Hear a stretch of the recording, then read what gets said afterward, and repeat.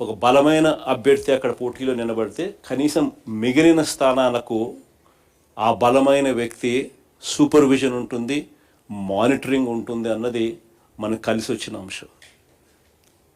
బలమైన అభ్యర్థులు అక్కడ పోటీలో ఖచ్చితంగా మనం కూడా నిలబెట్టాలి.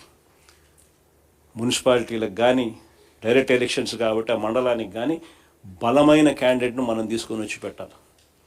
ఆ బలమైన క్యాండిడేటు మిగిలిన వాళ్ళందరికీ ఆ మండలం పరిధిలో అయితే మిగిలిన ఎంపీటీసీలకు అయితేనేమి, లేదా మున్సిపాలిటీ పరిధిలో అయితే మిగిలిన కార్పొరేటర్లకు అయితేనేమి, వీళ్ళందరికీ కూడా ఆ మనిషి బలాన్ని ఇవ్వాలి, ఆ మనిషి సూపర్విజన్ చేయాలి. ఆ మనిషి సూపర్విజను, ఆ మనిషి బలాన్ని రెండింటినీ కూడా కార్యకర్తలకు ఇవ్వగలిగితే ఒక బలమైన క్యాండిడేట్ గెలుచుకొని వస్తాడు అనేది గుర్తుపెట్టుకోవాల్సిన అంశం. ఈ ఎన్నికల్లో మనం గెలిపించుకునేది మన కార్యకర్తలను. ఈ ఎన్నికలు జరగాల్సింది ఆ కార్యకర్తలకు భరోసా ఇచ్చే విధంగా జరగాలి. ప్రజల వాయిస్ వినిపించే విధంగా ప్రజలకు మనం తోడుగా నిలబడగలగాలి. అది ఖచ్చితంగా గుర్తుపెట్టుకోవాల్సిన అంశం.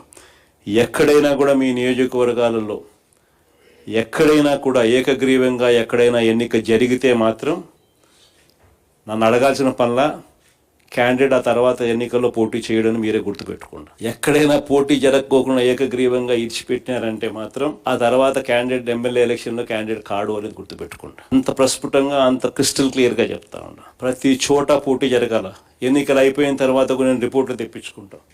మీ ఎమ్మెల్యే క్యాండిడేట్ ప్రతి చోట పోటీకి నిలబెట్టాడా, క్యాండిడేట్ నిలబెట్టలేదా అనేది పోటీ రిపోర్ట్లు తెప్పించుకుంటాం. నిలబెట్టిన తర్వాత మీ ఎమ్మెల్యే క్యాండిడేట్ ఆ క్యాండిడేట్లకు ఏ విధమైన సపోర్ట్ ఇచ్చినాడు, సపోర్ట్ బాగా ఇచ్చాడా, బలంగా నిలబడ్డా మీతో పాటు, అవునా కాదా అన్న రిపోర్ట్లు కూడా తెప్పించుకుంటాం. ఖచ్చితంగా ఆ మేరకు పాజిటివిటీ మీ దగ్గర నుంచి రావాలి. ఈ ఎన్నికలు మనం మన కార్యకర్తల కోసం గట్టిగా నిలబడితేనే కార్యకర్తలు మన ఎన్నికల్లో మన కోసం గట్టిగా నిలబడతారు అన్నది ప్రతి ఎమ్మెల్యే క్యాండిడేట్ కూడా తన సిస్టంలోకి జీర్ణించుకోవాల్సిన అవసరం ఉన్న అంశం. వెన్నుపోటు పాలన అన్న దాని మీద మన గ్రామ కమిటీల దగ్గర నుంచి, మన అనుబంధ విభాగాల దగ్గర నుంచి ఇవన్నీ కూడా ప్రతి ఊర్లోనూ కూడా క్యాంపెయిన్కు పోవాల్సిన అంశాలు. ప్రతి ఊరిలో కూడా వీళ్ళకి మెటీరియల్ కూడా కావాలి. ప్రతి ఇంటికి వెళ్ళాలి.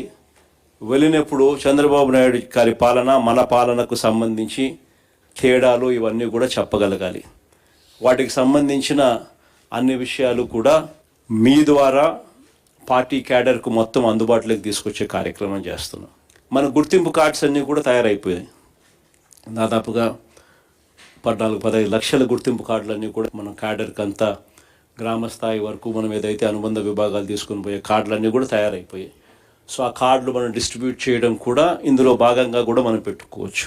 మన ప్రోగ్రాంలలో జిల్లా స్థాయి, నియోజకవర్గ స్థాయి, మండల స్థాయి 3 స్థాయిలలో మనం మీటింగ్లు ఆర్గనైజ్ చేసి ఆ 3 స్థాయిలలో మనం కార్డ్స్ డిస్ట్రిబ్యూషన్ మన కార్యకర్తలకు ఇవ్వడమే కాకుండా ఈ కంటెంట్ కూడా జిల్లా స్థాయి, నియోజకవర్గ స్థాయి, ఆయా మండల స్థాయి, ఆయా మీటింగ్లలో ఒకవైపున కార్డులు మన క్యాడర్కు డిస్ట్రిబ్యూట్ చేయడం, రెండోది మెటీరియల్ కూడా ఆ క్యాడర్కు మనం డిస్ట్రిబ్యూట్ చేయడం.